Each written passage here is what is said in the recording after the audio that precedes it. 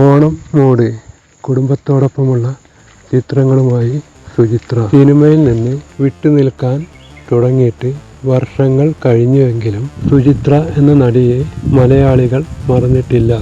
ബാലതാരമായി എത്തി സുചിത്ര പിന്നീട് number 20 Madras mail എന്ന ചിത്രത്തിലൂടെ മലയാളികളുടെ മനസ്സ് കവർന്ന നടിയാണ്.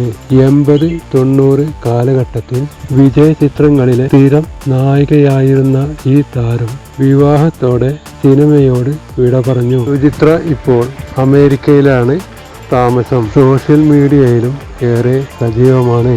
കുടുംബത്തോടൊപ്പമുള്ള ഓണച്ചിത്രങ്ങൾ പങ്കുവച്ചിരിക്കുകയാണ് സുചിത്ര ഇപ്പോൾ. 1978 ആരവം എന്ന സിനിമയിലൂടെ ബാലതാരമായിട്ടാണ് സുചിത്ര വെള്ളിത്തിരയിലേക്ക് എത്തിയത്.